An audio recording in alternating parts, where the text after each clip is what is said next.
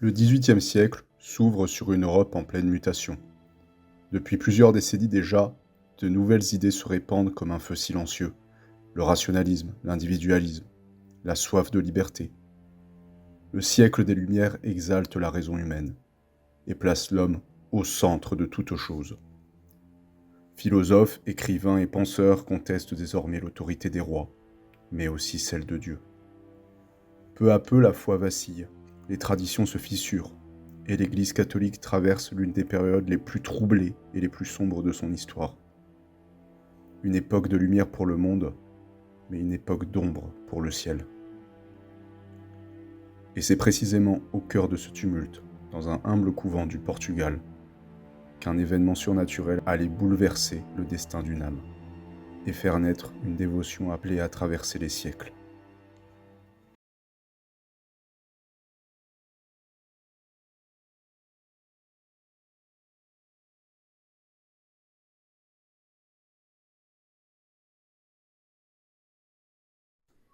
Dans une chapelle d'un couvent portugais, une jeune carmélite prie dans la chapelle en oraison devant le tabernacle.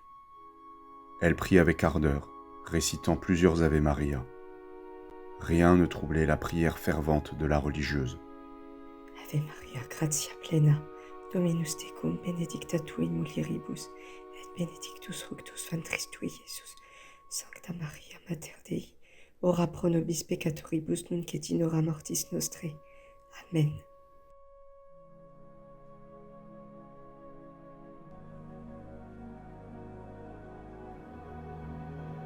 Toujours rien ne la troublait. Elle priait comme d'habitude de bon matin, la lumière pénétrant dans la chapelle. Quand soudain, quelque chose d'inattendu se produit. Une lumière radieuse apparut, un halo si brillant, si éblouissant, que la lumière du soleil semblait ténèbres. Dans cette lumière se dessinait une silhouette, celle d'une créature, un être céleste. Antonia distingua la forme de cet être. Il était enveloppé dans deux immenses ailes. Il avait un visage d'une beauté surnaturelle, avec des yeux brillants comme les étoiles, et ses cheveux étaient tels des flammes.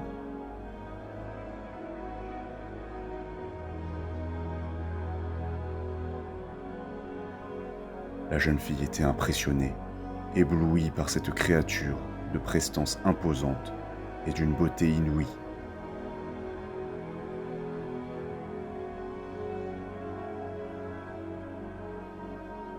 Le colosse lumineux la regarda pendant quelques instants, lui qui était presque aussi haut que la chapelle.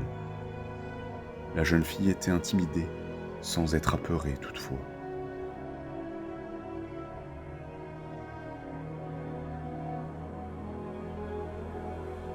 Le géant ailé de lumière se retourna et alla s'agenouiller devant le tabernacle en s'inclinant avec révérence pendant quelques instants. Il commença à prier devant le tabernacle. Kadosh, Kadosh, Kadosh, Adonai Elohim Tabaot. Sanctus, Sanctus, Sanctus, Dominus Deus Sabaoth. Saint, Saint, Saint, le Seigneur, Dieu des armées.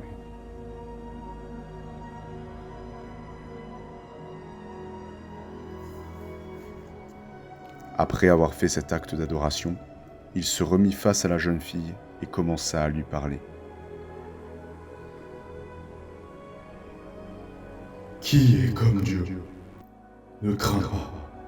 Je suis Michel, un des 7 esprits qui se tient devant Dieu. La religieuse fut ébahie et ne sut quoi dire. Elle se mit alors à se prosterner devant le grand prince du ciel. Ô grand archange du Seigneur, Devant sa révérence, l'archange prononça son nom. Antonia, Il se baissa et posa sa main lumineuse sur l'épaule de la jeune fille. écoute, petite fille. Comme tu le sais, c'est moi qui me suis levé contre Lucifer et ces anges apostats. Ces impies ont déclenché une guerre dans le paradis pour prendre la place de Dieu. Mais nous les avons vaincus, car Dieu n'aurait jamais permis une victoire de ces apostats et blasphémateurs. Le Seigneur m'accorda la grâce de remporter la victoire sur ces orgueilleux. Avec les anges bons, nous avons repoussé les anges iniques. Seulement, vous, humains, êtes si facilement corruptibles depuis la chute d'Adam. Jésus de Nazareth, dit le Christ, roi du ciel et de la terre, fils de Dieu, a, par son holocauste, sur la croix ouvert la porte du ciel, pour que vous soyez sauvés du feu dans lequel les démons vocifèrent leur haine et leur jalousie. Mais de là-haut, nous voyons que ce n'est pas suffisant pour vous sauver. Votre foi est faible. Vous péchez beaucoup. Vous manquez de charité. Vous doutez beaucoup. Bien trop d'entre vous ne suivent pas les commandements du Seigneur, ne puissent pas dans la miséricorde du Seigneur par la confession, négligent la messe, la prière, la relation envers le Créateur et ne craignent pas sa justice. Les hérésies prospèrent et malheureusement de grands malheurs se préparent pour vous. Alors pitié pour nous, que le Seigneur nous pardonne. La jeune religieuse fut bouleversée. Elle commença à souffler court et à nouveau baissa la tête devant l'archange en soufflant. Ô bel archange, ô prince des armées, aide-nous. Elle mit sa tête contre la main de l'ange en gage de pénitence. Encore une fois, ne crains pas, car toi, malgré tes imperfections et tes faiblesses, tu es humble aux yeux du Seigneur. Il t'écoute quand tu viens le voir au Saint-Sacrement ou que tu lui parles dans tes oraisons. Grâce aux paroles réconfortantes de l'archange, la jeune fille se sentit beaucoup plus calme et se mit à sourire.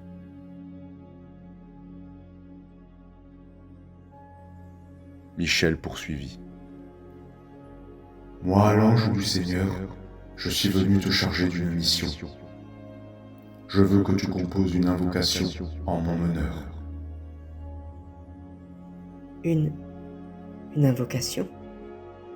Je veux que tu fasses une dévotion aux 9 cœurs des anges, que tu dises 9 fois un pater et 3 ave en l'honneur de ces 9 cœurs.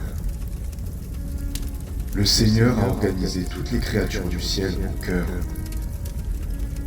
Près du trône de Dieu travaille le premier cœur, les séraphins, les anges qui adorent Dieu dans sa gloire. Ils brûlent de l'amour de Dieu et d'une parfaite charité. Vient ensuite le deuxième cœur, les chérubins, qui constituent sa garde et veillent sur le palais de Dieu. Ils sont des images de la perfection que doit avoir un chrétien. Le troisième cœur, les trônes, qui sont ses conseillers et ses ministres. Ils font avancer le char de l'Éternel. Ce sont des anges humbles. Les catholiques doivent s'inspirer de leur humilité sincère et pure. Vient ensuite le quatrième cœur, les dominations. Ces anges veillent à l'équilibre des univers et de la création. Chrétiens, inspirez-vous d'eux pour dominer vos sens et vos passions impures. Le cinquième cœur, celui des puissances, vient après. Ces anges qui veillent à la conservation de la vie et des créatures. Appelez-les contre les pièges et les embûches des anges apostats. Puis vient le sixième cœur, les vertus célestes, ces anges admirables qui vous gardent des catastrophes et des malheurs physiques. Ils vous aident aussi contre les tentations. Ils sont d'excellents alliés contre le mal. Les principautés sont le troisième cœur. Ce sont des créatures qui sont gardiennes des États, des villes, des nations, des peuples et des paroisses, des fraternités et des ordres religieux. Ils sont là pour vous aider dans votre obéissance à la loi naturelle et au commandement de Dieu. Toute décision politique ou civile doit être faite avec la validation de l'ordre divin. Ensuite viennent le huitième cœur, les archanges, qui sont là pour exécuter les décrets divins de Dieu pour l'humanité. Ils sont là pour vous aider à progresser dans la foi et la charité. Enfin, le neuvième et dernier cœur, les anges, vos anges gardiens, qui sont là jour et nuit pour veiller sur vous et prier pour vous. Nous tous, êtres célestes, nous prions pour que vous soyez récompensés de la gloire du paradis.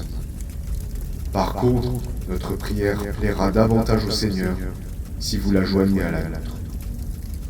Voilà pourquoi je veux que tu composes et récites cette couronne. Comme je te l'ai dit, récite un pater et 3 ave en l'honneur de chacun. Une fois cela fait, à la fin de ces 9 invocations, récite 4 paters. Un premier en mon honneur, un deuxième et un troisième en l'honneur de mes 2 frères Gabriel et Raphaël, et le dernier en l'honneur de ton ange gardien. Cela suffira. Fais cette prière tous les jours, puis transmets la dévotion autour de toi. Elle doit circuler et être répandue à travers le Portugal, l'Europe, puis le monde. Voilà la mission que je te donne. L'acceptes-tu ? J'accepte de contribuer à la diffusion de cette dévotion et de la faire tous les jours jusqu'à ce que le Seigneur me rappelle. Au mot d'Antonia, l'archange esquissa un sourire. Il se releva de nouveau et reprit la parole. Amen. Le rosaire et cette couronne seront votre secours contre les assauts qui arriveront contre les chrétiens. Par cette invocation, j'interviendrai plus efficacement, avec le soutien de la Reine des Anges et du Seigneur. J'enverrai davantage de soldats du ciel pour vous assister ici-bas contre les démons, pour déjouer leurs plans. Mais je fais une promesse à ceux qui la réciteront tous les jours. Je promets mon secours dans cette vie et dans la vie à venir. Je ne promets pas la libération de tous les malheurs, des maladies et des souffrances, mais de ne jamais abandonner mes dévots à leur sort et de toujours leur apporter une protection dans les combats quotidiens, de les soutenir à l'heure de la mort et de les délivrer du purgatoire au plus vite. Je promets donc cela aux personnes fidèles à cette dévotion, ainsi qu'à leurs familles proches. Mes anges seront leur secours, en particulier à l'approche de leur fin dernière, à condition que vous viviez dans l'obéissance de Dieu, que vous soyez fidèles au sacrement, à la Sainte Messe, à l'Église du Christ, et que vous respectiez les commandements de Dieu. Auquel cas vos prières ne sont que perte de temps et rabâchage de paroles vaines. Je promets aussi à celui ou celle qui rendra ce culte que lorsqu'il viendra à la Sainte Table, il aura un cortège de 9 anges, choisis dans chacun des 9 cœurs. Ils prieront tout particulièrement pour que les grâces de l'Eucharistie et de la Sainte Messe puissent porter du fruit dans cette âme. C'est tout ce que j'avais à te dire. Maintenant, tu sais ce qu'il te reste à faire. Fais cette dévotion, respecte tes vœux et sois obéissante à ton Dieu et Maître Jésus-Christ, présent dans ce tabernacle.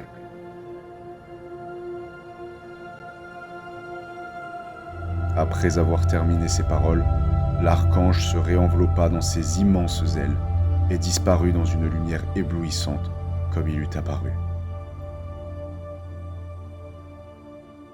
Antonia se retrouva de nouveau seule devant le tabernacle.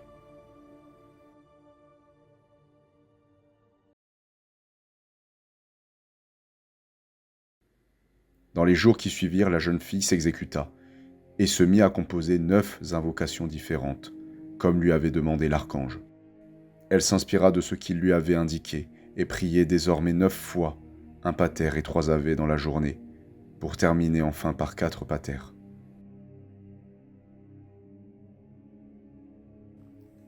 Par l'intercession de Saint Michel et du cœur céleste des séraphins, Seigneur, fais-nous grandir dans la charité. Amen. Pater noster, qui es in celi, sanctificetur nomen tuum.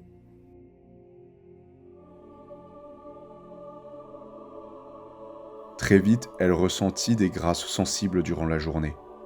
La plus spectaculaire fut celle où elle sentit la présence de 9 créatures autour d'elle. Elle ne pouvait pas les voir, mais elle sentait leur douceur, leur puissance et leur bienveillance. Elle en parla à d'autres sœurs du couvent dans les jours qui suivirent, et leur fit part de son ressenti. J'ai eu une vision de l'archange Saint Michel. Il m'a demandé de dire 9 fois un pater et 3 ave en l'honneur de chaque cœur d'ange.